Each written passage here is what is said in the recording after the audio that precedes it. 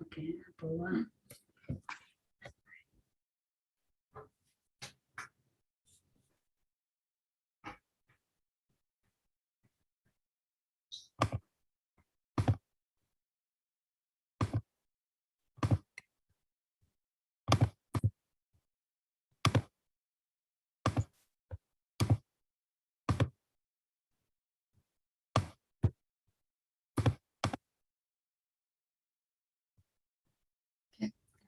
So welcome everyone, good evening, and welcome to the 8th episode of Liver Smart Life Doctor series from Hiranya Medical Service. The topic for today would be Robotic to Regenerative Nanomedicine, the new era in orthopedic surgery. And we have with us today Dr. S.S. Sathappan from Singapore. So before I introduce Uncle, I will talk a bit about robotic surgery. Robotic surgery is very common in neurology, endoscopic, as well as the orthopedic field of healthcare. And the aim of any joint replacement, especially in the lower limb, is to obtain optimal alignment, early return to work, and to have a long-lasting implant. Robotics help the surgeon to perform various complex procedures with more precision, flexibility, and control than that is possible with the conventional technique. And I think many people fear that, the robotic surgery is done only by the robots, so it's not being done by the surgeon, so it's quite scary. However, I think that's a misconception. So it's contradicting to what I just said. It's entirely performed by the surgeon. So you will know more about it when Uncle Dr. Sathappan speaks about it. So, okay, so I'm going to introduce Uncle Dr. S.S. Sathappan. He is currently Medical Director and Senior Consultant in Bone and Joint Hospital Specialist Clinic in Farrer Park Hospital in Singapore. He did his clinical studies in the University of Bristol in 1995.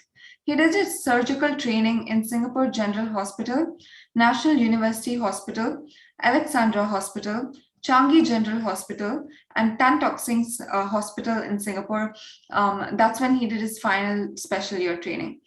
And Singapore government's Health Manpower Development Program gave him an award such that he could do his further training in primary and revision joint replacement surgery.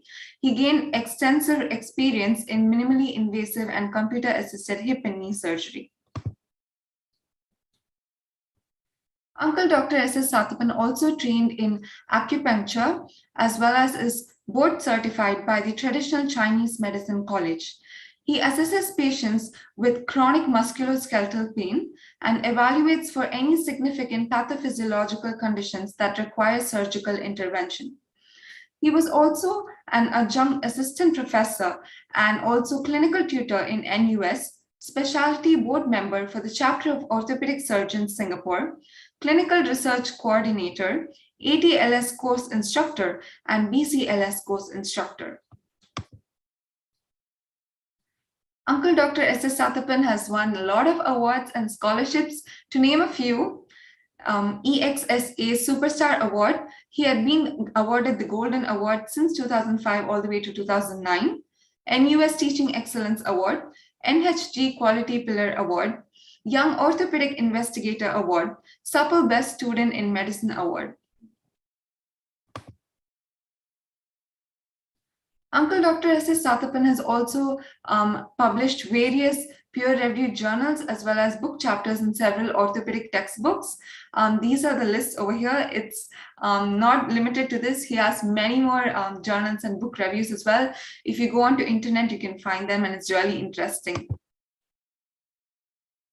He's also been featured in several popular TV shows and radio stations in Singapore.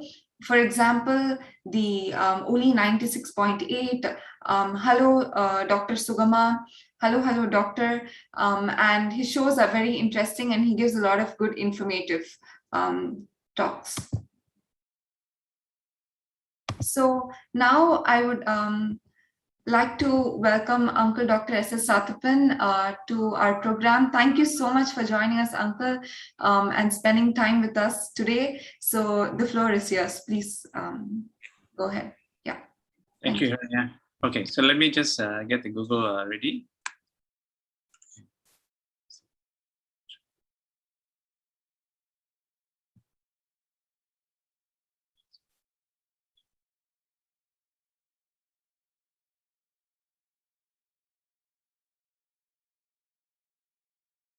Is it okay, Hiranya? Can see? Yeah, I can see, Doctor. Okay. So welcome to everybody, and thanks for giving me this opportunity, Hiranya, for sharing with me, you as well as the rest of the people who are online regarding the orthopedic journey that I've taken through a period of 20 years now, and still continue to do so as well. So really, it's all about bones, and essentially, orthopedics is about not just bones, but actually muscles, ligaments, and soft tissue structures. And I think having had experience in various segments of medicine, apart from orthopedics, it's one of the areas where we use a lot of artificial intelligence, upcoming technologies, and molecular medicine, all integrated into one. So it's a very upcoming specialty that really keeps in touch with revolving and evolving technologies.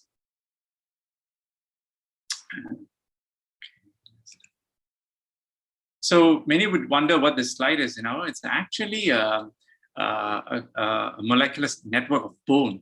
And you can see that the bone matrix is made up of this scaffolds, which gives it the porosity, which makes it therefore look very flimsy, but actually it gives it a lot of lightness to the bone. But yet this architectural configuration with all these porosity gaps are filled up by protein matrix that actually give the structural hold. So very simple, look at it like your construction buildings, scaffoldings, and the cement will be the protein matrix.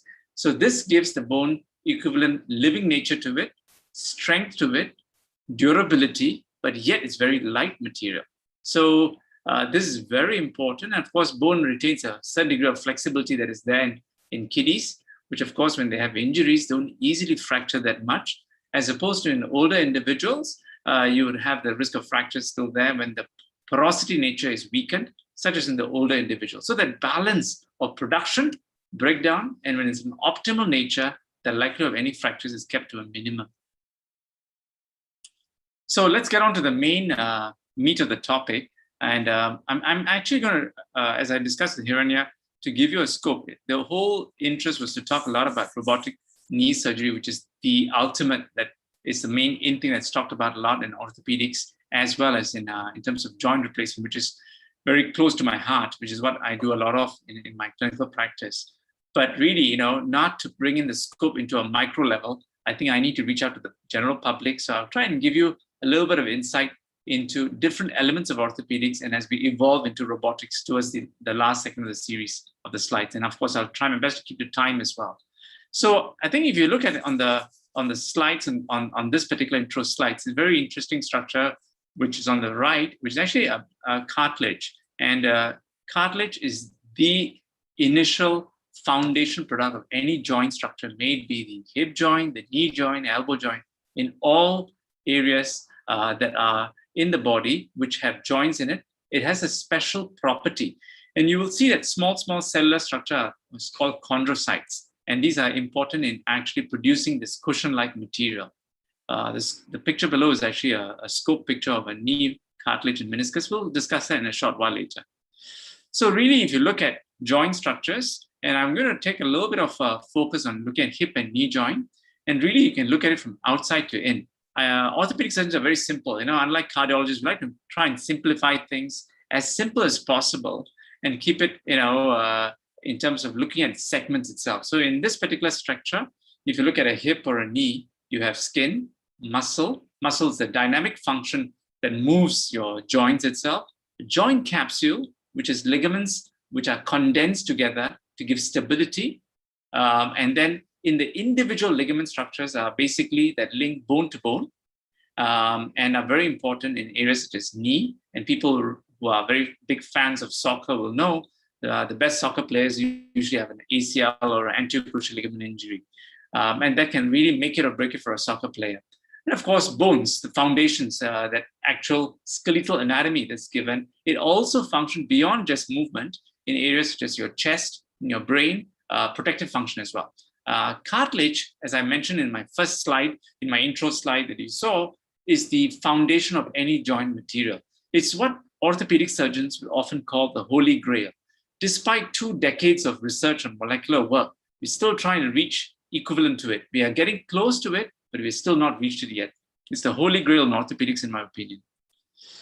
So if you look at a healthy knee anatomy, you would see many of us, young and old. So knee problems are not confined to elderly patients. People always think, oh, knee pain, you must be old. It's actually incorrect. I see patients as young as 14 or 15 with knee problems, but the pathology will be different as opposed to my regular big group of patients that I manage are in their 50s, 60s, 70s, and even 90s. And of course, that will be the degenerative component. So if you look at the knee anatomy, once again, simplify it. You have an inner half, which is the medial compartment, the outer half called the lateral compartment, the front half called the patellofemoral compartment. All three are all in one compartment of the knee itself, but they are micro-compartmentalized because they do have slight differences in the function, and the presentation of problems can vary. And you will see later why the importance of understanding is essential to the clinician, and we try to understand the patient's problem and relate it, because not one treatment suits everybody because the presentation can vary. But in essence, what is cartilage? So if you think about cartilage, it's like a special cushion and or a sponge, which has a great water holding capacity. When this particular sponge does not hold the water very well, its hydraulic function, its cushioning property decreases. That decrease leads to overloading of the bone and then leads to osteoarthritis or joint degeneration. So whenever I teach, it's always good to try and relate to clinical examples, and it may be the public or the medical student. So give you an example of this particular individual, 46-year-old carpenter, a weekend regular soccer player, and then he presents with a pop sound.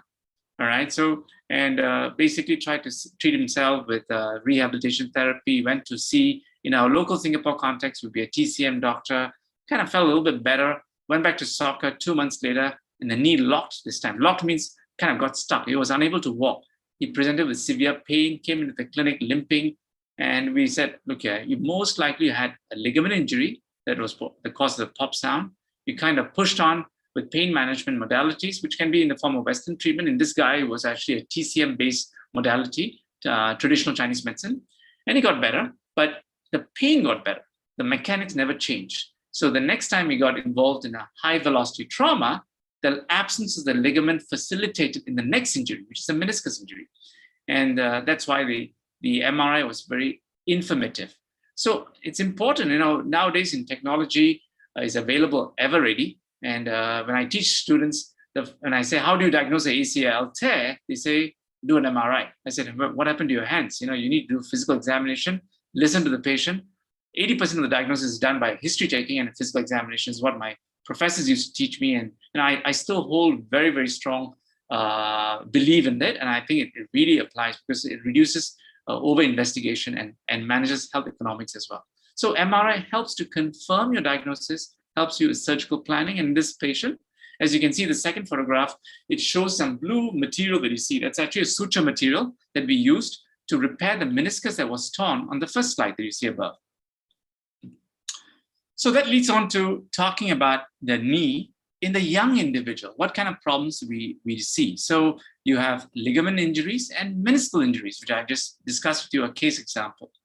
So the function of one of the important ligaments in the knee, which is in the central part of the knee compartment, which provides, as I told you, links two ends of the bones together. So in this case, the femur to the tibia. It provides stability in the anterior posterior plane, which means in the front to back. It also gives a bit of rotational stability. That means if you're running towards a ball, if you're playing soccer, and then somebody comes and tackles you from the side, there is a certain degree of rotational force and a twist to the knee. So that stability is provided by the ACL. Then somebody else may say, oh, I don't play soccer. Do I really need it? Well, in a general sense, you probably can get away sometimes, but the unfortunate incidence is you're running towards to catch a bus, your foot gets pivoted on a muddy floor or on a wet track, and your body is still in motion, but your knee is kind of going in an opposite twist because of the loss of frictional forces. That's when you get a ligament tear itself. So it is possible and that you can get a ligament tear even without a spotting incident, but the likelihoods are lesser though. So essentially, as I explained to you earlier on, so it's a pop sound in this individual. And of course, the ACL ligament has got a very rich blood supply, so they get a lot of swelling in this knee immediately. and an MRI picture showing where the ACL tear is in this patient. Not all treatments in orthopedics are surgical. You can still treat them by physiotherapy, which helps to improve the range of motion, strengthening of the knee, what it calls biofeedback training with proprioceptive. That means your ability of your muscles to contract, to counter, react to ligament instability situations where you have an ACL tear that may be partial or complete.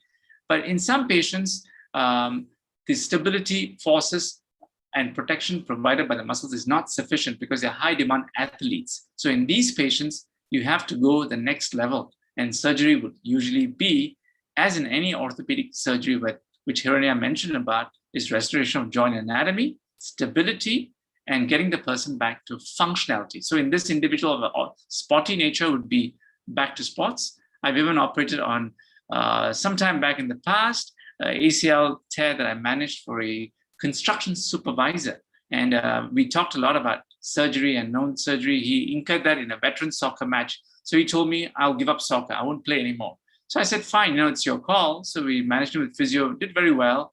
And then when he was back in work, where they have to climb up scaffolding, sometimes it can be unstable. So he was getting repeated instability episodes that can be life-threatening, because if you have a sudden instability episode when you're walking up a scaffolding, you could lose your balance and you could fall to death. So in this person, he came back at about 6 months later after a successful physiotherapy rehabilitation program, where he said, it was fine with the physio for my day-to-day activities with the kids and managing home activities. Conservative treatment works, but not all the time. When it's insufficient, we go with surgical treatment.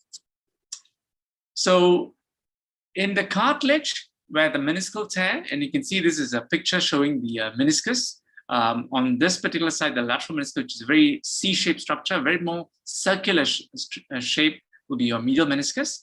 And in this picture of a scope, you can see the tear that is there between two edges of a meniscus that I've repaired with sutures to close up the tear itself, so as to give functional restoration of the anatomy back.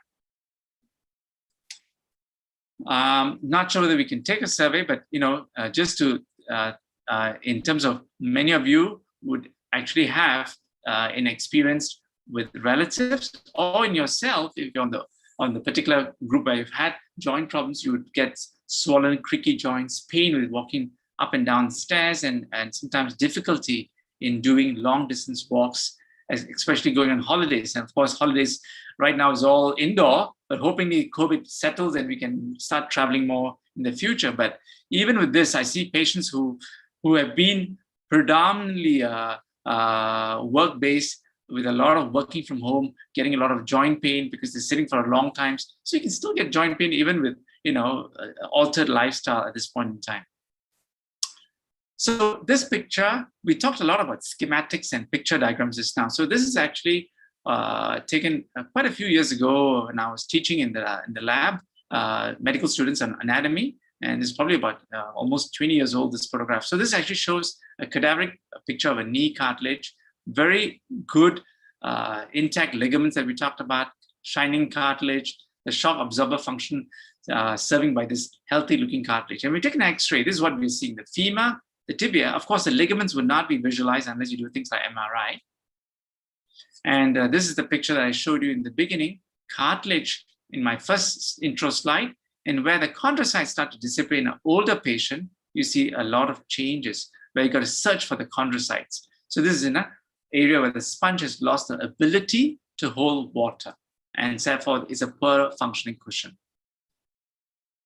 And if you compare that to the lab knee cadaveric model that I showed you, you can see in this knee replacement surgery that I did in a patient, there's a lot of joint destruction, where there's a lot of osteoarthritic changes.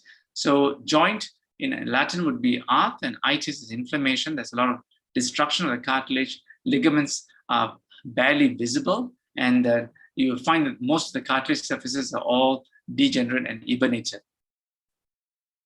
So how does a knee look like, or a hip look like? So you can see side of the patient's right hand side of the knee, but the left hand side, you can see there's a loss of joint space. It's explained by the loss of cartilage on both the femur, the tibia, and the knee, where the femur and tibia are almost kissing against each other, would imply the loss of cushioning causing grinding effect and pain in the patient. And the similar situations explained in this particular area where the hip joint has a very natural ball and socket appearance where it's destroyed by the structural architectural collapse in the severe osteoarthritis of the right hip. So as I mentioned, arthritis is essentially joint inflammation. And when you lose the cartilage function in these patients, they get a lot of pain.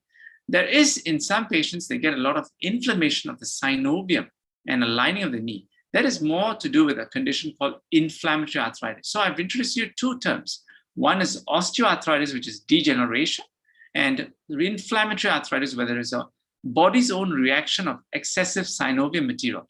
Think of it like an allergic reaction. So some people, take anything in the food, no problem. Some people take just a very mild version of the food, they get inflammation. So internally in the body, there is antibodies produced towards your own structures, resulting in severe inflammation, in particular the joints, and they get a lot of joint pain, which can lead to joint destruction as well. So in osteoarthritis, you really see just pure joint space reduction, often asymmetrically, one side more than the other, and you will see a lot of what people call as spurs, which are osteophytes, and it's a body's attempt to try and produce cartilage, which is a failed attempt, and these spurs can sometimes irritate muscles and ligaments, giving the patient pain. And as I mentioned, one of the common inflammatory arthritis that we see in our clinical practice that people would have had is gouty arthritis. They can't take much of protein-based food. In Indian food terms, things like dal and beans variety, if taken in excess quantity, they may get a lot of joint pain. But the other big group is actually rheumatoid arthritis, whereas an autoimmune condition where body's own processes cause severe inflammation. But the origin of the problem is from the synovium, the lining around the knee. So if you look at osteoarthritis in a graded form, so in very mild, there's a slight reduction, progressive severe worsening, and here there is a joint destruction, and usually in this category, you need surgical intervention. And sometimes the patients, they would have difficulty in terms of walking with the mechanics. So if you really think about the knee, the hip center, the knee center, the ankle center should be nearly in a straight line. So when that mechanical axis is distorted, it's really like having a short spanner effect. So if you have a short spanner, and if people remember their physics, force times distance, so the short spanner effect would cause more muscle generation in the quads mechanism to walk properly. When you have a bowing of the knee, that's what happens. Then you tire out very fast, it loads the knee a lot, and in one side of the knee, in fact, in the medial compartment, the inner compartment that I mentioned earlier on, and they can get a lot of joint pain. So in joint mechanics, when the knee is epicenter, the load is going to the epicenter, the load is equally distributed relatively on both sides well, you don't get much joint issues. But if it's eccentrically loaded, that particular compartment over time degenerates fast, and then when the cartilage is lost, the raw bone is exposed, and the raw bone has got nerve fibers in it, and that's what causes the pain. Cartilage does not have pain fibers. People often mistaken and think that there's nerve endings, that's why you get pain. Actually, cartilage is aneural. There's no nerve endings there at all.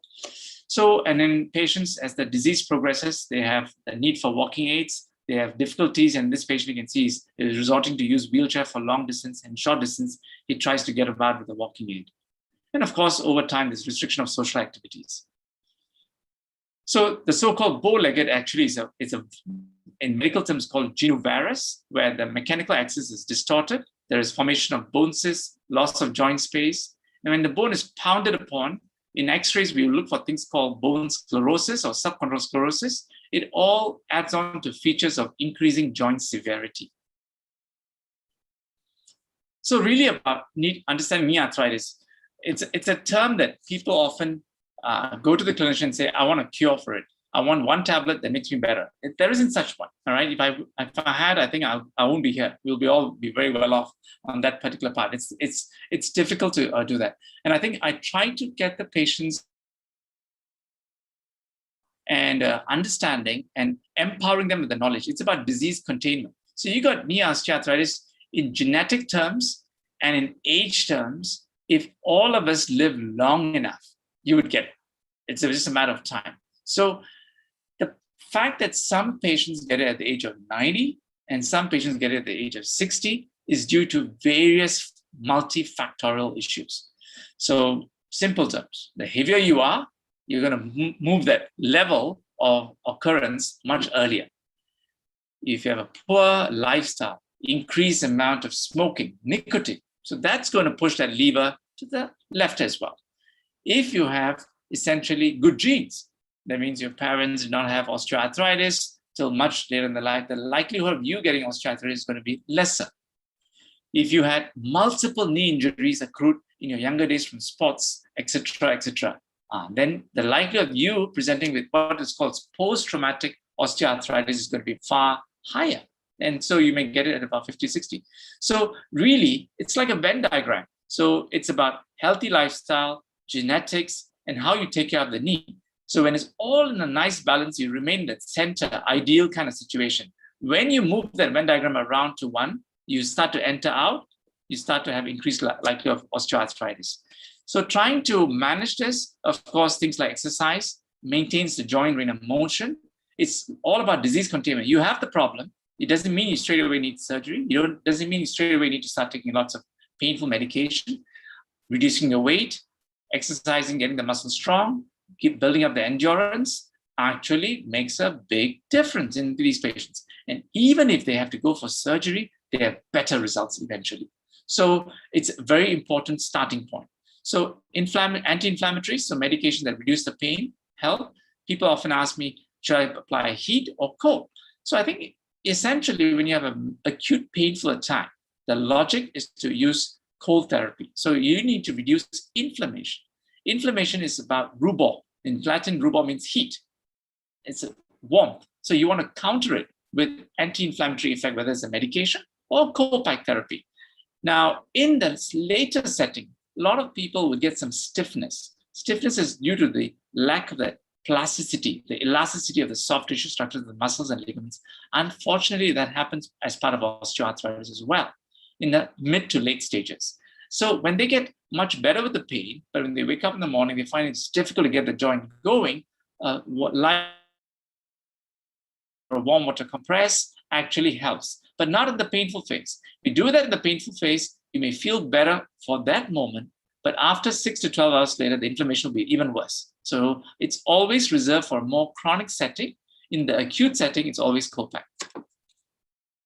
So once again, let's take 1 minute into a case situation as well. So if you look at this particular picture, as I enlighten you, osteoarthritis, there's a bit of joint space narrowing in this 55-year-old second.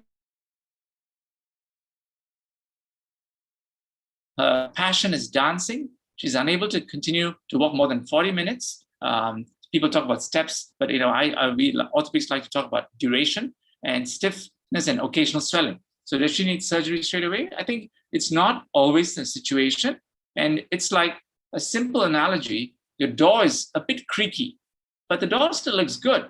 Do I take out the door and change it? No. Where's the problem? So the problem's in the hinge. So see whether you can lubricate the hinge. So in her case, I felt it's pretty good to actually give her a lubrication gel. And it's essentially like giving your WD-40 or oil squeak to the hinge mechanism to improve the door movement. So in this particular case, the knee is a hinge joint. We give this lubrication gel, which comes in the form of hyaluronic acid. Hyaluronic acid is a chemical that is actually produced by different modalities and allows to lubricate the knee. It's not a steroid. People often mistake that for it. There are some preparations with steroid in it, but most of the preparations do not have steroid. And essentially, I use it a lot in my practice in early to moderate osteoarthritis, helps to address the joint stiffness and pain, and may delay the need for any surgical intervention. In an effective case, may last from anywhere between 6 months to 2 years. The duration, once again, very dependent on age, lifestyle, weight, multifactorial. So the hyaluronic acid does have an anti-inflammatory effect and does not necessarily have any harmful effect, unlike like cortisone injections itself. So if you look at the treatment modalities, you can actually stagger them into treatments. And I do apologize, it's a little bit of an overlay here, but in terms of the principle, from starting from oral medication all the way to even sometimes giving steroid injections, which are for acute painful attacks. But of course, in a more sustained approach would be lubricant injections such as hyaluronic acid, and of course, surgical intervention. And in this patient, sometimes mechanical issues can build up as well. So we talked about osteophytes, the spurs that we talked about. Sometimes they break off, they form as a loose body in the knee. So if you look at this patient, presenting with worsening knee pain for 3 months, but the x-ray doesn't look too bad. But studying the x-ray carefully, you can see something that's floating inside. And he keeps on talking about jamming of the knee and when he's playing games. So in this patient, treatment is fairly simple. You scope him, you try and find that loose body. You can do a little bit of a cleanup to kind of buy time for the cartilage. Sometimes I give them a lubrication injection at the same time. And then when you take that out, that's a loose body that you've taken out from the patient's knee. Home, same day after the operation, did a couple of sessions of physio, very motivated patient, returned back to work in 2 weeks, back to badminton in 6 weeks, pretty good. So I think the essence here is that not everybody needs a big surgical, not everybody needs an injection, but you need to take a proper history, understand the problem, correlate with the X-ray assessment, where relevant, order adjunct investigations such as MRI, and treat it accordingly. In this patient, a 49-year-old gentleman who's actually a very, very active individual and worsening 6 months of knee pain, unable to walk for more than 50 minutes. And you can see there's a lot of edema, we call this an MRI. So there's a white appearance on the bone, normal bone to image. And he tried injection with limited options. Here we tried in terms of nanomedicine, it's basically molecular work. So here you have an issue on the side view. You can see the cartilage issue. We cleaned up the area of the defect. We took some cells and we grew it in the lab. And this is the actual defect that the patient has at the second surgery. And we try to patch up the defect with his own cellular matrix, which is actually like a molecular Xerox, which is being done. So that means we take the cartilage cells, grow it in the lab, form like a jelly matrix, and then we patch it up. We put a bit of tissue glue around to seal off. And this is the before and this is the after. So you can see there's a big difference. And we rehab the patient and get them back to activity. But it's 2 surgeries. In some patients, they are in their late 50s or mid 50s. Overall joint mechanics is not too bad, but there is focal defects. So instead of straight away rushing to a big procedure such as knee replacement, you can use cartilage scaffolds. So scaffolds help to address the defects. I've done a microfracture technique, patch it up, and there is a bone side and a cartilage side. So we mark it with the blue marker and we seal it off and we get the patient back to activities within a period of 6 weeks to 3 months. And there are injectable cartilage filling agents as well. We call it Cartifil. So there's a lot of evolving technologies that were not there when I was a medical student, but it's been evolving along the period of the last 10 years or so. So when you talk about mechanics, I mentioned to you about alignment and how the malalignment was there in the patient. And in this particular case, you can see here the patient is outer kind of deformity, which you call valgus. Earlier ones I showed you is varus. So depending on the malalignment, you tend to realign the knee, may give you a little bit of added time to prevent further cartilage deterioration in the middle. That means about 40s to 50s group. You don't have to straight away rush to total knee replacement surgery. So such as in this patient, where you have that varus deformity, you can use computer-guided navigation system to correct with bone osteotomies and essentially put bone graft, and we call it opening wedge, and we try to realign the leg back to straight. So if you can see in this patient who is an ex-rugby player, so he's got a varus alignment here, and I've done a plate fixation after doing realignment osteotomy, trying to get the mechanics from the middle of the medial compartment all the way back to the mid of the knee itself, the epicenter. In this 55-year-old lady, who is a secretary, who presents with a lot of knee pain, very active lady, has had injections before. Sometimes the options are a bit more limited. So going back to lubrication injection may not always be suitable. So for her, we talked about partial replacement because she has no pain on the outer side, no pain in the front of the knee, only pain is in the inner part. So it would be a suitable option for doing a partial knee replacement surgery and getting her back to activity. So really, the assessment of the condition of the patient, the age, the severity, and the expectation of return to functionality, and the longevity of the treatment, which all need to be weighed in discussion and have an informed discussion with the patient.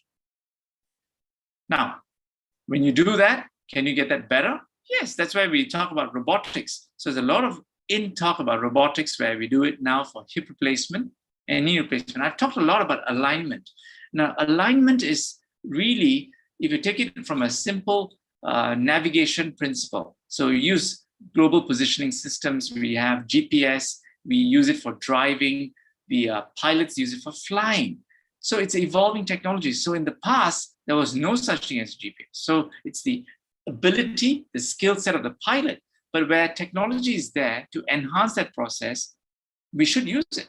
And that's where we used to use a book to navigate our way to the next destination. But now we have GPS. Of course, you still need to know where the location is, the address is. So the function of the human brain is not going to be devoid of role. It's going to be still important, but it's to improve the accuracy, the execution, and the appropriate timing. So one of the biggest players that we talk about now, if you Google it, you will see this company called Marco. Of course, it was owned by a company called Rio, but now it's owned by Stryker. So this particular system is the big player in the last 7 years to coming to about probably 10 years now in terms of robotic technology. I used it first, one of the first surgeons in Singapore to use it in 2013, but I've used 3 generations of this in that. That means over the past 8 years, it has had 3 modular changes in terms of software and enhancement in the technology. So it's a very good technology. So this is one of my old photographs that we are doing partial replacement surgery. So we have these trackers, which are beacons on the knee, beacons on the tibia, on the femur, and you can see these beacons are also present in the computer, the robot. So what happens? How do you kind of use robotics in knee surgery? You know, here and now I was saying, does the robot do the surgery and the surgeon goes home? No, it's not, all right? So it is still done by the surgeon, so as she pointed out. So essentially, the surgeon becomes the linking arm for the robot and the patient's anatomy. So how do you try and relate that? So if you look at this is a very simple example. So where does these points all come from? So this is the patient's own knee model. And we use CT scan in terms of the patient's knee before surgery. You saw me talking a lot about x-rays in the earlier part of the discussion. So for this kind of robotic surgery, you need to do a CT scan. So CT scan gives you the 3D perspective of the knee. As a surgeon, I need to tell the robot, where is this particular point, for example, in the real human, and relate that to the CT scan model itself. And once I link that, then basically the robot understands where is the safety zone, where the cuts need to be, but I do the planning on the back end. So how do I want my implant to be placed? What's the accuracy? What's the acceptable level? What is executed? And whether it's acceptable or not. There are possibilities sometimes the system will malfunction, but if the experience of surgeon is good, you know where to take it over.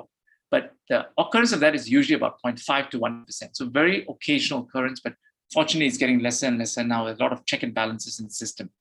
And it's also very good because once you define that particular space, in an area such as this, there are blood vessels and nerves well behind this area, but there's a zone that we use in terms. So the robot is defined to a cube. It does not allow the saw or any surgical instrument that involves cutting to exit out of that perimeter. So that's a check and balances. So surgeon is a bit careless, wants to push beyond, the robot stops you. So there is a check and balance on that particular part. So experience of level of the surgeon is important, but there's a robotic check mechanism to lock you into a safety zone as well. And in this particular patient, there was a robotic assisted surgery. You can see the beacon still there, kept right to the end of the surgery. And in this patient, you can see there was knee wear on the inner compartments. I did a robotic knee replacement surgery, which is involving partial replacement because the lateral compartment, there was no problems, and getting the patient back to functional activity early.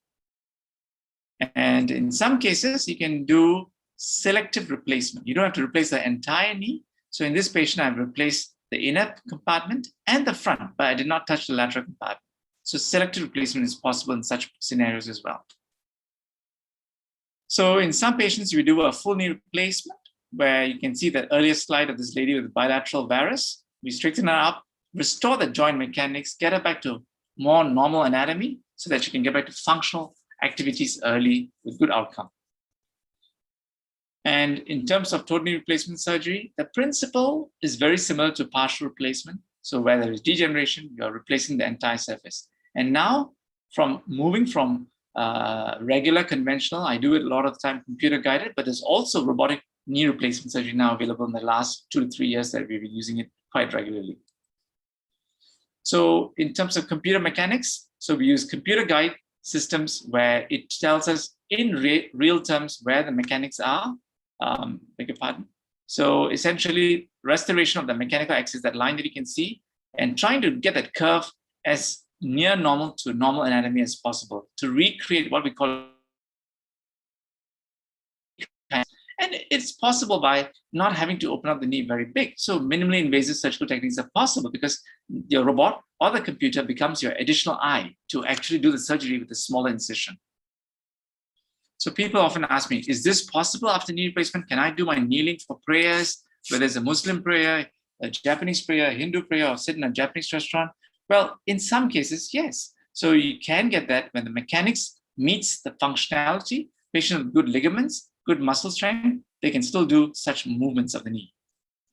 So in minimally invasive surgery, we can do small incisions, guided by computer, guided by robot, get them back to faster functional activities and restoration of near normal knee mechanics.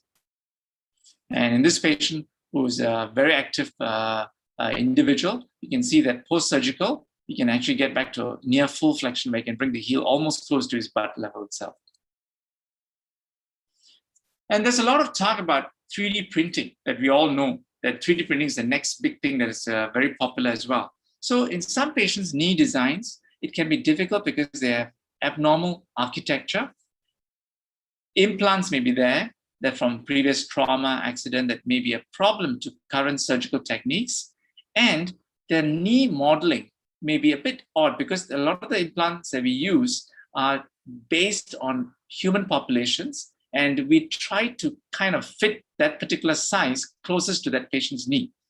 So it's like you may be a 31, but the shop doesn't sell a 31 waistline. It sells either a 32 or 30. So you got to make a choice. I'm going to take a 32 and wear a belt, or I'm taking it to tuck in my tummy a little bit and wear a 30.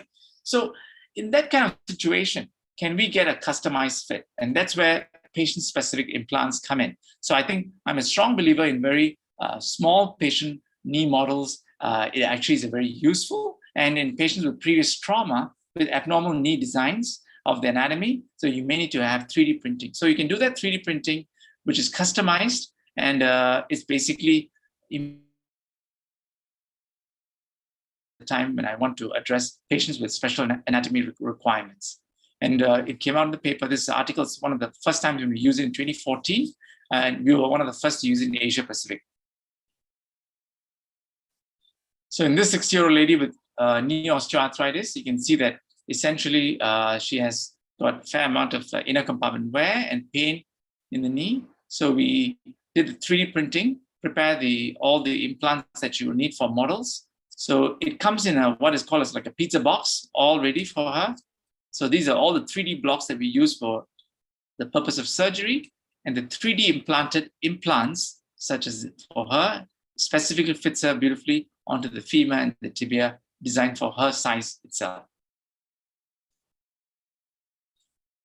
And essentially, in terms of patients presenting with pain, always pain in the knee may not be a knee problem, it could be other things. So in this patient who presented with knee pain, but it was actually hip pain radiating to the knee. So you got to be careful. So you must not think it's always going to be the knee. In this patient, it was actually a hip problem. So I did an MRI. We found that once again, there was a cartilage tear, but it's in the hip. And he had to have surgical intervention where he had a labral tear. So we tried to repair the cartilage lining of the hip joint, and we put stitches to hook up the labrum so that it doesn't keep flopping down and causing pain in that patient. And in some patients, like in the knee, they can have other issues. The hip, it's called osteonecrosis or AVN of the hip, where there's a lot of joint destruction because of blood supply disruption. One of the commonest causes that we see sometimes is from alcohol, excessive alcohol, but of course it can be from steroids and other conditions, more commonly in Europe and in US, blood disk carriers like sickle cell anemia. They can get collapse of the head itself. And in with AVN of the hip, instead of doing a hip replacement, we basically cleaned up the hip dead bone that is there from the destroyed blood vessel and put in his own fibular bone as a structural support to prevent the collapse of the cartilage. And this is done. And basically that prevents structural deterioration, and he can maintain an active lifestyle and without having to undergo hip replacement surgery. And of course, we published this quite some time back. And when all else fail, when the patient's older, like in the knee, hip osteoarthritis may sometimes need hip replacement. And it's one of the most successful procedures in orthopedics, if you Google it. And the philosophy and the concept remains the same. Putting in a socket, there's a femoral ball and stem, and the principle is to restore mechanics. So in this patient where you have pristine cartilage, there's joint destruction, you hardly can see the joint space. And the principles and the concepts remain the same. Hip replacement is like knee replacement, it's a resurfacing kind of technology. And in the older patient, there are ceramic options to increase the longevity of the implants. And as I mentioned, there is robotics in computers for the hip replacement. And we basically use that to try and optimize the cup angles and the anteversion, and using robotics to guide us in exactly positioning the cup in the most optimal alignment and get good outcome for the patient post-operatively. And joint replacement basically is meant for patients who has basically pain with activity, stiffness, there is instability and affecting their quality of life. And really maximizing good outcome is by optimizing the range of motion, utilizing new bearing surfaces, and preserving joint, ligament structures and soft tissue structures with computer-aided and robotic technology. And it's not limited to only knees and hips. Just to take about 5 minutes of the time, just to glance through other elements of orthopedics. So such as in this elbow, due to rheumatoid arthritis, we can do elbow replacement, which is available to get the flexibility back in the joints, such as a total elbow replacement. And you can see in this patient where he has got severe stiffness of the joints, we replace it with the elbow joint. And a lot of the time, people ask me about muscle injuries. So sprains are injuries to muscles. Strains are different, it's injuries to ligaments, and tears can apply to both structures. And a lot of the time we see sprains in outer side than the inner side. Sprains can be also in the wrist. So there are multiple ligaments that can be involved, as well as the foot. These are the common areas that we will see patients presenting with the clinic setting. And ankle sprains often are managed non-operatively, but if they're recurrent, affecting the individual. But the X-ray, when do we need to do X-ray? I think when friends call me up, if you're unable to wait, there is severe bruising, such as seen in this photograph, and more worsening over time, then definitely you need to consider surgical, X-ray based assessments. So in long term, of course, the mainstay will be physio, but in occasional instances, sometimes surgical intervention will be required if there is recurrent pain and swelling. And of course, we will often do an MRI in such patients. So to give you an example, not all foot sprains are simple. In this patient, who was actually an IT engineer, he came with severe pain, and he was initially seen in the A&E and discharged, told normal X-rays, but it's important to assess the patient's location of pain. And you can see in this particular photograph, there's a widening of the joint called Lisfranc. So he actually had a ligament tear, and that's what caused him a severe pain that did not respond to conventional modalities of treatment. So he actually underwent surgical treatment. We had to put a plate to restore the ligament anatomy. And then later on, we took off the plate much later after the ligament healing is optimal. And he was back to functional activities in soccer as well. And we talked about muscle tears. So this is an example of a muscle tear that we often deal with in orthopedics, rotator cuff muscle. So you can see this muscle is torn. There is a fluid filling up the gap in the MRI. And it's often a common problem that we see in 40 to 60-year-olds. So one of the common groups of muscle that we see is supraspinatus, but it could be any one of the four: supra, infra, subscap, and there's one more called teres. So these muscles have a common confluence and attach around this area called the greater tuberosity. And there's a tear, it can cause weakness in the shoulder function. And where the tear is large, sometimes surgical methods of fixation are used to try and restore the mechanics of the muscle. And of course, according to the tear size, we divide the management into a small tear or a large tear protocol. And this is an interesting example of a muscle tear situation. A 30-year-old guy playing football, acute pop sound, but not in the knee this time. He was born in the calf, unable to continue playing on. He felt somebody had kicked him in the back of the leg. And of course, we did an MRI. This particular called the gastrocnemius muscle on the back of your calf is torn and fluid is filling in the back. So of course, discussion of options, conservative versus surgical, and an active guy, sometimes we'll consider open repair. And we usually use a technique called PRP and a rehabilitation after that. So what is PRP? So PRP is basically plasma-rich precipitate. That brings me to the next slide of nanomedicine technology that we use a lot of. So it's basically taking your blood, distilling it out, all the good stuff, and basically it's this particular rich plasma that we utilize. So platelet-rich plasma is all with growth factors that allow healing of muscle, ligament, and sometimes cartilage injuries. And this particular concentrate has been studied in different areas. So in ligament injuries, chronic tendon injuries, knee arthritis, and muscle tests with good outcomes. All leg pain related to the hip and knee, as I said, we had an example of a knee that was from the hip, and sometimes they can be from the spine. So in this patient who presented with hip to knee pain, it was actually examination of the hip, knee normal. So when I further evaluated, I suspect it was a spine, and he had a slip disc that was causing him a problem. It's a disc protrusion with a nerve impingement presenting as hip to knee pain. And final section, a lot of common area that we talk, especially in this particular era of osteoporosis, because it's a silvering population, patients living longer, and the likelihood of presentation of osteoporosis is getting more and more probable because we have a graying population. So we talked about one of the first slides that I showed you is about bone, right? This architecture of bone. This is normal bone, but when the bone porosity increases, it becomes much more brittle, easy to fracture. Fragility fractures are much more easier to occur. So too porous in nature. So, and essentially bone is a very interesting mechanism, too difficult to take through in this short 1 hour discussion. So there is multiple factors that function in a balance: hormonal, liver, kidney, and our absorption mechanism modalities. And if you look at it simply, bone is constantly produced, it's constantly broken down. And there are multiple.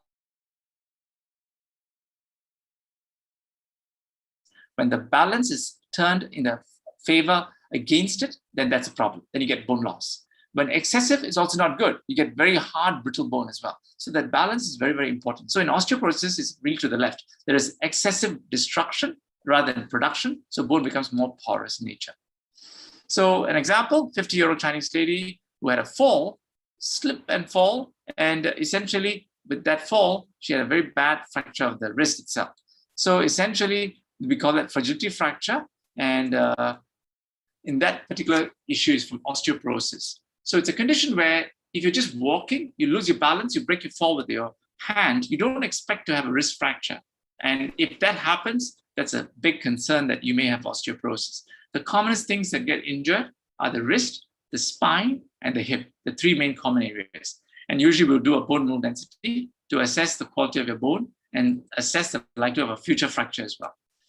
So hip fractures and vertebral fractures are a big thing for elderly patients because it can actually change the patient's quality of life.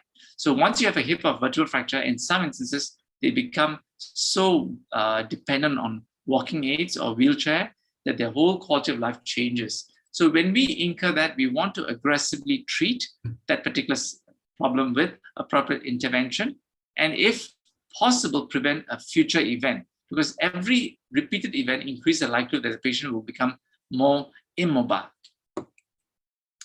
In Singapore context, it's an increasing thing, as in the current trend based on as you get older, the likelihood of you incurring a hip fracture from osteoporosis is much, much more likely. And since as well. And there are multiple factors that control that. So I've told you about alcohol. In this case, also contributes not only to AVN of the hip, but also to osteoporosis, lack of exercise. So bone stimulation is important as well. Dietary aspects, smoking, excessive steroids, all will have effects on increasing the likelihood of osteoporosis. So the most effective way to diagnose osteoporosis is to ask yourself, have you had a frigidity fracture, or your family member has one? Look for hunching kind of spine that happens with increasing height. There may be subtle fractures of the vertebra that may be contributing this from osteoporosis. And sometimes we'll do a measurement called bone mineral density. It's to really look at how porous and how good the bone architecture is, and to have a number to it so that we can monitor treatment as well. And essentially, we do something called a Frac Score. It's available online, and and basically based on the country, the ethnicity, you can actually calculate what is your Frac Score and quantify your fracture risk with the multiple other factors that you put in, plus your T-score of your bone as well, that can be measured on a DEXA scan. So that's how it looks like online. It's a very well standardized, accepted and used across the world from University of Sheffield. And when you start treatment, as I said, it's really need to assess the patient's fracture risk, future fracture risk, BMD score, and the clinician will look at all those factors and assess that in the value of the drugs, because medications may have side effects as well. And there are numerous medications which I can't talk about now at this point, but just to tell you, it has to be related to the clinical context. But the reduction is not absolute. It doesn't reduce all fractures, but it's a relative reduction. So if you treat everybody well, there's a 30% to 40% reduction of a future fracture. And you may say, is that a big deal? It reduces the likelihood of that person going into a wheelchair or to a nursing home on a long-term basis. And health economics, it's a big saving on the society, but it's also a big saving on the patient's own psychology, because if they're going to be bed-bound or wheelchair-bound, the drive to maintain the lifestyle active will be difficult. And the administration of the drugs can be different based on the tablets, from oral all the way to subcutaneous injections like insulin. And one of the things I just want to emphasize with this slide is, before we start treatment, we would assess the kidney function. The vitamin D levels are very important. They are not so ideal. It is a very important permeator of function. So we'll try to optimize the vitamin D before we start them on treatment. And how long do you continue treatment for? It's a very common question I get from patients. And I think the verdict is not out, but most times it's increasing knowledge that we will continue the treatment for well beyond 5 years, unless there are issues of kidney or other side effects of the drugs. Then the clinician has to discuss with the patient on managing the particular problem. And diet is very important. The food, calcium-rich protein matrix that we talked about in bone, has got a scaffold and it's got a protein matrix. So protein is very important. And other agents that may essentially affect in terms of your bone density and everything else need to be looked at as well. And these are the things that we talked about earlier on. And I'm going to spend the last couple of minutes just to answer very quick fire thing on a lot of the common questions that I get asked in clinic or in public forums. Is glucosamine for joints the ideal answer? The main aspect is there is no one clinical literature that shows it's effective. It's a very big commercial drive. I think in general, in early osteoarthritis, glucosamine does modulate a particular chemical called prostaglandin E2. It's a pain modulator. So it does reduce pain a little bit. In the animal studies, it seemed to suggest cartilage production, but it's not been replicated and sustained in human studies itself. So the verdict, unclear, but I think if patients are going to try it for the first 6 weeks to 8 weeks with subjective improvement in early osteoarthritis, I think it's fine. But if they're going to have no improvement, there is no point in buying expensive over-the-counter medications because there's no proven benefit. Milk for joints, no. I think milk for bone rather than joints itself, because calcium rich. But there is protein, so don't forget. So there's protein is part of the cartilage matrix as well, but more importantly, the bone matrix. Calcium for joints, basically, not exactly. Calcium is more for the bones. And calcium would support the subchondral bone that is a very important scaffold for the cartilage. Osteoporosis is not the same as osteoarthritis. Why? Osteoporosis is about bone. Osteoarthritis is about joint. Will exercise worsen my joints? There is, everything in life is moderation. So if you're going to have knee pain, you've got bad grade 3 osteoarthritis, you're going to do jumping-based sports, I think that's going to worsen you. If you're going to do running, it's going to be worsening. But if you don't exercise, it's a devil in deep blue sea. So you're going to get overweight, you're going to get more joint problems. So you have to maintain certain level of quad strength, hamstring strength. So my advice to patients who are very heavy is that the answer is not straight away to go for a 10-kilometer jog. You got to lose your weight. So you got to watch your diet. You got to start with a cardio exercise, slow, but it will be progressive. You get your walks going. You hit the gym with focused quadriceps, hamstring strengthening exercises. Get that core strength good so that you reduce the load to the joint mechanics itself. And over time, when the weight goes down, then you may be able to start some degree of light runs to expedite the weight loss program. That will be the appropriate. In this fast-driven world, everybody wants everything very fast, but that's also a very fast way to get problems as well. All right, so next thing is basically injections for pain. We talked about it. So lubricants are a very useful technique in early osteoarthritis. Keyhole techniques in bone and joint pain, yes, applicable where there is early to moderate conditions. Computers and robotics in medicine, I think that's the next best thing. We talked about it, and it's evolving technology, and there'll be more and more accuracy and more role to play. Is there a cure for my joint and bone pain? Not exactly. There is improvement of your condition. Cure means back to what you are when you're 20 years old. We have not reached that yet. Thank you. And I think with all technologies, the most important is disease containment, but patient expectation must be reasonable. Not everybody can do what this granny is doing. Okay, thank you, Hiranya. Thank you so much, Uncle. It was really informative, and we as medical students, we're also studying about, osteoarthritis, rheumatoid arthritis, etc. So I think I was able to correlate very well, and some of my friends from my university has also joined, so it was helpful for them, and definitely the public would have learned a lot. So there are a lot of questions coming up in the chat. So do you want me to read out the questions to you, Uncle? I can. Okay.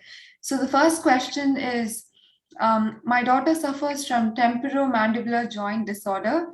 She feels a lot of stiffness in her jaw. In her jawbone, and she's had 2 Kenalog injections so far. These injections only help for 2 months maximum, after which she feels pain again. We did an X-ray and it showed no dislocation. However, we believe it is subluxation. Can you please guide us onto what should be done in this situation? Okay, so temporal directly, even though it is a joint condition, it's in the maxillofacial territory of the clinician itself. I do get it sometimes, and I refer the patients out to my maxillofacial colleagues. But what I will tell you is most instances are treated by therapy, where there's speech therapy to control the muscular movements of the jaw. But in some patients, despite physiotherapy, speech therapy, and despite intra-articular injections that the patient has had, there is temporary relief, but it recurs back. So most times we would recommend them to see the maxillofacial surgeon, to do a CT scan, occasionally do an MRI. There is a small disc in the joint that sometimes the patient may have had a tear, and that keeps on giving clicking and pain when they chew or when they talk or when they do an oral presentation for a prolonged period of time. The mechanism is ineffective. In this elite group of clinicians who manage that, they will sometimes do a scope, just like this methodology for the TM joint, which is basically at the top here. And if you can find a tear, sometimes you clean up the tear, it can make a big difference for the patient's functionality. Very rarely does it need any other major surgical intervention unless there is a ligament instability, which usually happens in the traumatic instance when you have a fall, epileptic fit, etc. So usually the innocuous kind of presentation is usually a small disc injury from chewing a hard food item, or excessive kind of presentations, and they have a small tear in the disc at the chin.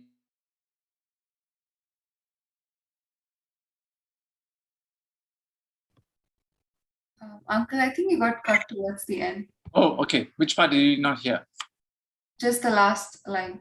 Yeah, so as I mentioned, so in most times, if it's going to be an injury-based, it may need a surgical intervention. But even most of the time we see it is usually a very mild form of injury from chewing a hard food item or from kind of a simple knock or in an epileptic fit kind of incident. But that traumatic incident may essentially cause injury to the disc. So if it's not improving with conservative treatment, they may need a surgical intervention. Okay. What type of surgical intervention for mild injury, doctor? Okay, so for the mild injury, it's basically a scope, a keyhole procedure, and that's done by the maxillofacial surgeon where they put a camera inside and try to take off the tear in the disc. Occasionally, they may even repair the disc or the ligament injury if there is one seen at the time of anesthesia and assessment. We call assessment under anesthesia. So when they are relaxed, sleeping, they may find that the joint keeps on subluxating, then they may need to address that with soft tissue procedures. Okay. So the next question is, does drinking milk increase inflammation? Actually, no, because drinking milk would not increase inflammation. Essentially, milk is going to be rich in protein, and it's going to also help you with calcium. So it's going to help you with your bone matrix in the form of protein as well as calcium itself. So I disagree with the fact that milk would cause increase in inflammation.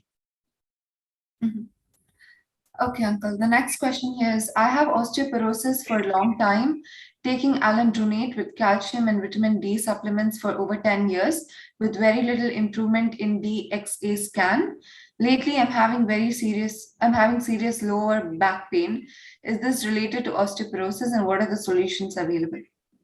Right. So I think the alendronates for 10 years, it's something that people have to ask themselves whether it's correct, because there is a lot of evidence in the literature that alendronates should not be given for more than 4 to 5 years at a stretch and given a drug holiday and reevaluate the patient. Because in the initial instances, it was given for a long time. It was noticed after 5 to 8 years of continued usage, the bone, remember I mentioned the breakdown and the buildup, the alendronates help to reduce the breakdown excessively. So the bone becomes very, very, very hard. So hard, it can be actually become too hard. And so if the patient has a fall, they can cause a fracture as well. It's called alendronate-induced fracture. And in these patients, the bone is abnormally hard. So it's like having a ceramic plate. You can't break it, but if you drop it, it just shatters. So in this particular instance, if the patient has been on so long a treatment and there is no improvement in numbers, you need to reevaluate whether there is a certain degree of drug resistance. Often, as orthopedic surgeons, we do the management from a surgical perspective, and we also do the medical management. But where patients have drug resistance, then I usually engage an endocrinologist or a rheumatologist who would then take the next level to some of the medication I shared with you. There are injectable options, there are subcutaneous options that are given to improve the bone biology better. Certain patients may be drug resistant. It's like somebody takes a Panadol, they find that it doesn't help the headache, but somebody takes a Panadol, they're fine with it. So both have tension headache, but one has to take a stronger medication. So there is a certain degree of drug resistance that will need to be seen. Now, the other thing that patients often chase after numbers. So BMD, I think that she has to discuss it with a clinician. If the BMD is getting lesser and lesser or more and more negative, then that's a concern. That means your medication is not working. Sometimes the BMD is not getting worse, neither is it getting better. It's a status quo. So then you reevaluate how much you want to change or tweak the treatment accordingly. In the ideal world, that minus 2.5 or minus 3 is becoming less and less minus, and it'll never reach a normality level. It'll always be in the osteopenic level, and we want to make sure that that particular numerical value is coming down, and you will find a certain level of plateau. Then you maintain. The question now will be, do you maintain beyond 5 years, 10 years? And people talk about giving a short drug break and then restarting it back or using other agents, really balancing the odds of side effects from prolonged medication. So I think for me, in summary for her, I would just say, we look at that underneath whether you can carry on for such a long time. Number 2, discuss with her clinician and preferably with a rheumatologist or endocrinologist for alternative forms of medication and treatment.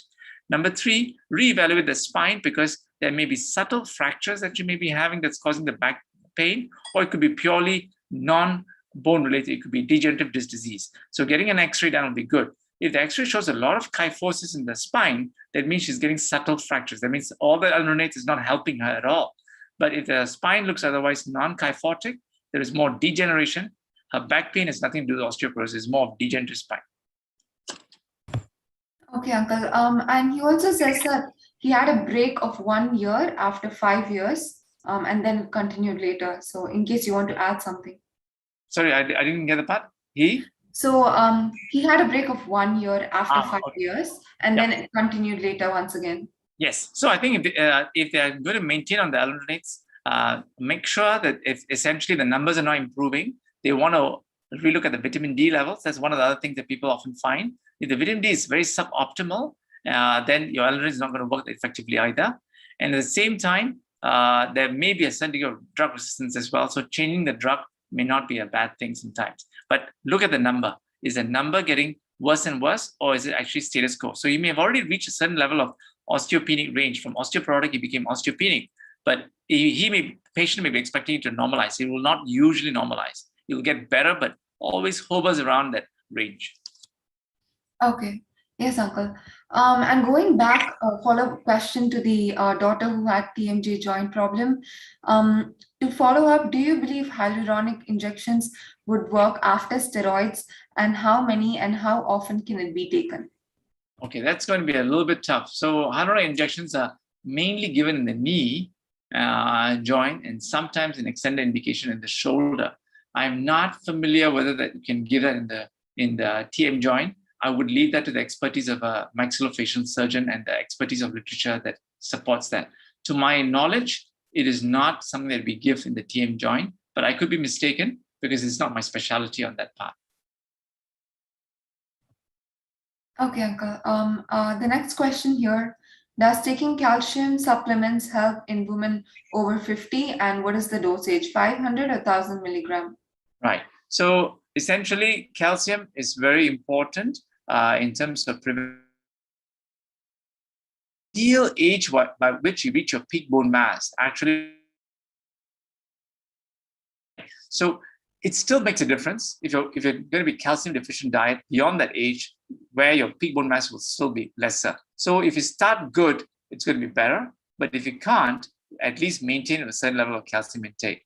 In terms of calcium intake, there are a couple of points I want to emphasize. One is dosage, as you mentioned. So standard requirement dosage is anywhere between 500 to 1000, depending on what level of osteopenia, osteoporosis you have. So if you recommend at least 1000.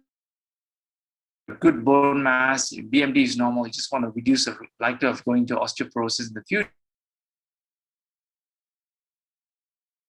Fine. Just complement it with vitamin D because there's a permeative effect.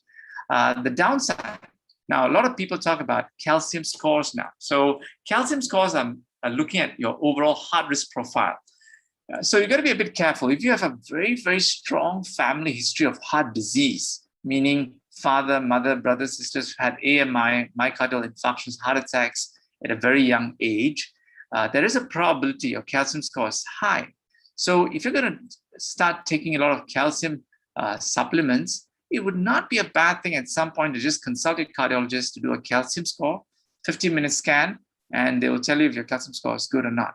If your calcium score is very high, you may have to balance the intake of calcium against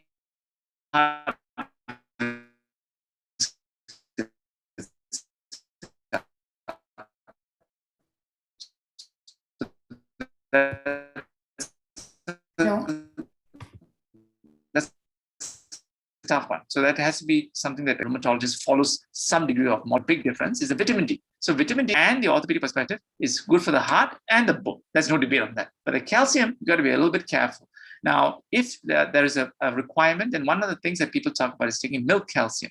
It's not easily available. It's available in the health shops, and there's a lot of literature talking about milk calcium seems to be absorbed much better and less likely to be segregated in terms of excessive dosage into your arthroma and forming plaque formation.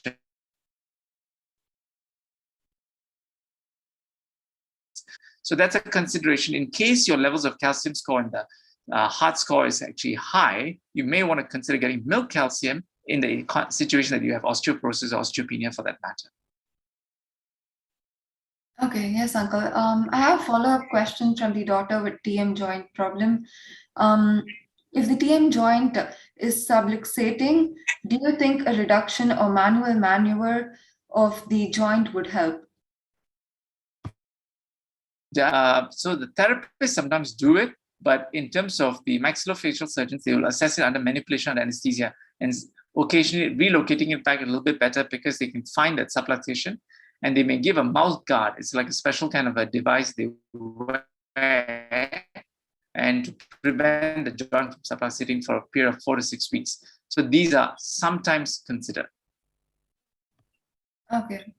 I have one more question. Does walking for long distance cause bone decay or issues to the knee?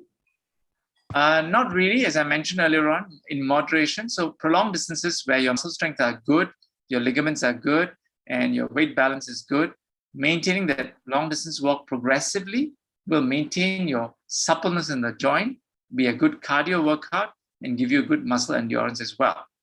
But it's not something that you should engage straight away if you've not done exercise for a long time. Build up the distance progressively. Okay. Yes, uncle. I have one question from myself. We are studying online now due to this pandemic, and we're using the laptop or the phone for a very long time. So what would you say is the best posture to sit in so that we do not get any back problems or any joint problems? I think the main thing is ergonomics, looking at the computer,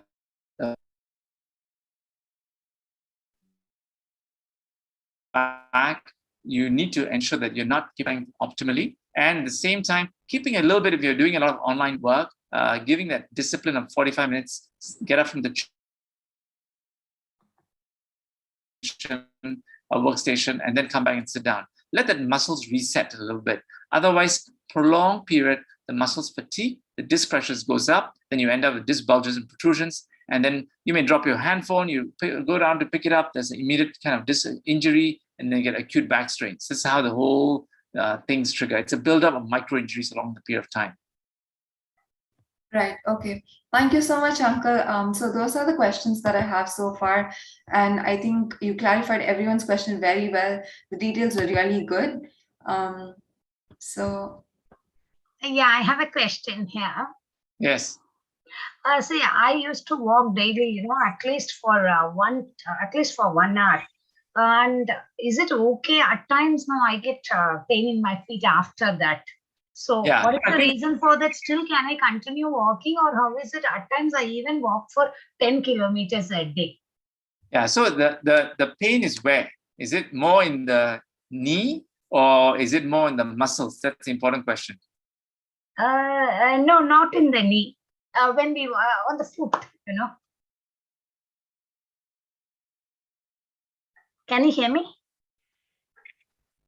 I lost you for a second. Yes, you're saying pain in the? It is on the foot. Foot pain, sorry. Yeah, okay. Foot pain, yeah. So foot pain is usually due to plantar fascia. So if there's a lot of pain with this, and a lot of us, tend to have tight fascia, tight gastrocnemius muscle. So that needs to have regular stretches that you need to do. And when you do on a regular basis, the liability of getting muscle pain is going to be less likely. So it's really because age bracket of 40 to 60, the tissue flexibility in the gastroc muscle and the plantar fascia decreases. And then we tend to get a lot of inflammation on the heel portion of the bone. And sometimes the pain can go all the way down to the toes because the plantar fascia is a ligament that's attached from the heel bone all the way down to the toes. Okay, so it's not advisable to walk for more than 1 hour then, is it? So or more than 10 kilometers? So if you're getting a lot of pain consistently with that prolonged distance, reduce your distance, get your stretches on going first, build up progressively over a period of 3 to 6 months. You'll find it's a lot better when you maintain that. And essentially, you don't want to enter the weekend warrior syndrome. You go on a long holiday, come back, you straight away hit the 10 kilometers, problem. You will restart the whole process. So build up the stretches and maintain it. So even if you go on a holiday, if you maintain the stretches on a regular basis, Okay, sure. Thank you. Program, the likelihood of this kind of thing recurring is going to be lesser.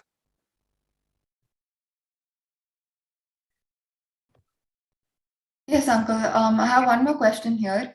Cost effectiveness and infrastructure facilities are how to fit for emerging countries to meet out in this regard.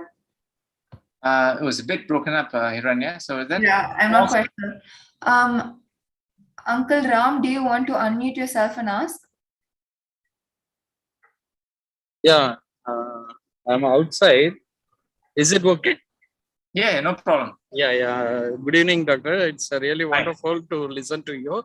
And you have mentioned a lot of information and essential things to take care of the knee, as well as any medications and therapy which are bound to that. Yes. Especially for the robotic surgery now, the robotic equipments are penetrated very well for the surgical procedures and all. But there are lacking of some kind of infrastructures and facilities which are not affordable in emerging countries who wanted to raise up their medical facilities in this ground, and the trained professional, especially who are dealing with this kind of robotic equipments, they need to have certain kind of training to fit for that. So I would like to make that kind of sense for emerging countries. How do they able to meet out for raising up the facilities and then the affordability by the patients related to this? If it is a subsidized hospital like government sectors and other private insurance kind of bound, it is okay. But other than that, how do we able to calculate the affordability, especially for the emerging countries? Yeah. So I think it's a good question. With all technologies, when they start off, it's all about R&D costs. So if you talk about the initial software costs and the implant costs and the equipment costs, consumable costs for robotic technology in 2013, when I first did that robotic surgery, it was actually very expensive. As the volume grows and increases, I think the actual availability of this particular technology will permeate a wider society. That's a natural situation. So take an example of a car. So in the initial times, most cars you have an additional thing that you would buy or you use your phone. But now it's part and parcel of any car that has it itself. So essentially, it's something that as we use more and more, as data becomes more and more evident that it's actually useful, I think it will become a mainstay. But I foresee that robotics to become a mainstay increasingly will be over the next 5 to 10 years, not over 1 to 2 years, because it has to be, as you mentioned, more cost effective and essentially available. So, of course, a big center is where you would refer a very complicated case where you feel this will be good for robotics, and that particular center will do it more in the beginning. But as the machine becomes available more across all societies in emerging markets, I think it will also be available there.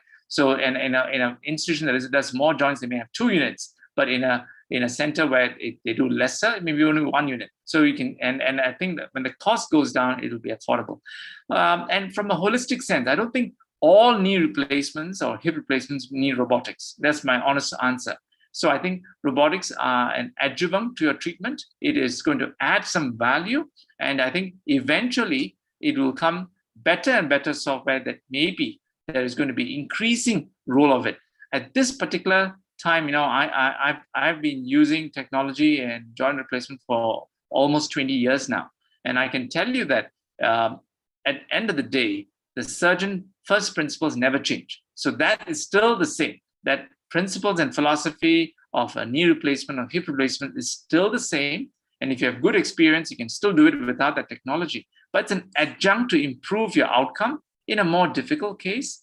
And I think that will be useful. For me, I use computer for almost exclusively all my knee replacement surgeries, because I find that in my hands, I can reproduce reproducible results ever since, I think, 2007 when I converted. Before that, I was using all non-computer based technology. So I've seen through about 4 generations of computer software changes itself. So I think as you get comfortable with it, it becomes your next best thing. And for me, it reduces error rate, it improves accountability and reproducible results. But at the end of the day, if you have very good skill set, I think that can still go, but it's something that you need to enhance itself, because medicine is not static. So I think you need to be ever welcoming to technological changes and don't yourself away from it. But cost, I agree with you. As the cost comes down with increasing volume, it will permeate into increasing amount of hospital sectors, be it private, be it the public hospital sector. Thank you so much. Singapore is rolling in this kind of way. How much it is possible to raise up the training facility for the this kind of robotic knee surgeon kind of people who can come over here, train by themselves, and later they can able to go back to their respective places. Is there any facilities available for them to come over? So there are training facilities, I think, both in Singapore and in certain centers of Asia Pacific, which if you are interested in utilizing or your colleagues are interested in utilizing, you can approach through Stryker. Because Stryker has the full ownership of the Marco machine now, and they have specific centers. I think the main restriction now is because of COVID, right? So traveling is a big problem. So I was a instructor last time actively when I was in university side before I came out to private practice. So we were training a lot of the surgeons for the robotics technology. So we would have people from Asia Pacific, India, Thailand, Cambodia coming down to learn more about the machine before they themselves purchase the machine. And basically, it is something that we used to conduct courses. And it's like a 2-day to 3-day workshop, both on sawbones, followed by finally practicing on cadaveric models. So, and then it'll be good. Sometimes I've gone over to Malaysia when they were trying out the robotic technology and do the first 1 or 2 cases with them. So there's a lot of ways in which we can actually enhance the process. Hopefully, the upcoming year, things get better, and then the travel industry can open up more easily, facilitating health and education. Because I think at the end of the day, webinars are useful, but nothing beats one-to-one clarity on that particular thing, which is really by coming to a practical course on that, and maybe having and inviting a surgeon over and doing that procedure with that person. Thank you so much, Doctor. Thank you. Dr. Suresh here. Thank you for all the valuable information. It was a very good, informative session. Dr. Ram raised a good thing. He was talking about insurance. Yes. Can I know, is there any insurance available for any kind of related issues? Because normally we take insurance for heart attack and cancer and so many things. How about the knee related issues? You mean as in like the coverage? Insurance, any insurance, yeah, coverage, yes. Yeah, so I think so far insurance have not had any utilization. In the local industry sector, no major problems. But I do understand for Middle East, some of the insurances are still very based on very restricted insurance reimbursements. So when there is robotic technology utilized, they would be a bit more selective. You have to have justification of what is the indication for the robotic utilization. Otherwise, they would actually limit the reimbursement for that. But in a local context in Singapore, for that matter, we do not have that problem. From my colleagues in other parts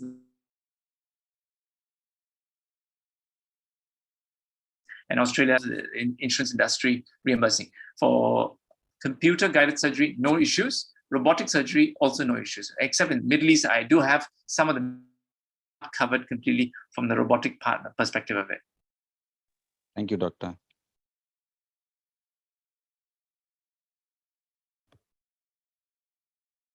Okay, so I think those are the questions, Uncle.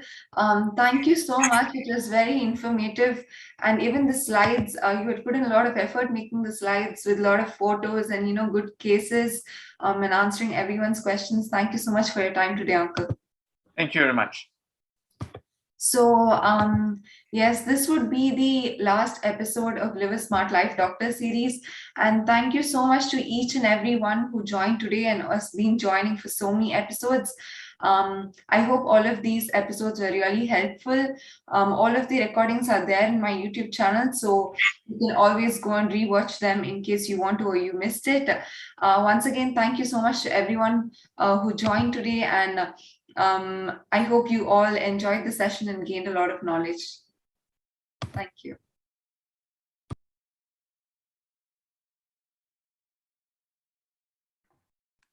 Yeah, and thank you very much, everyone, for your valuable time. And thanks a lot to Dr. Sathappan. It was very, very informative. A lot of info we all got and learned a lot today. And by the way, we'll be continuing a few more events soon in January. We'll keep you updated, and thank you all for your wonderful support as always. Thank you. Thank you, everyone. Wish you all a happy new year.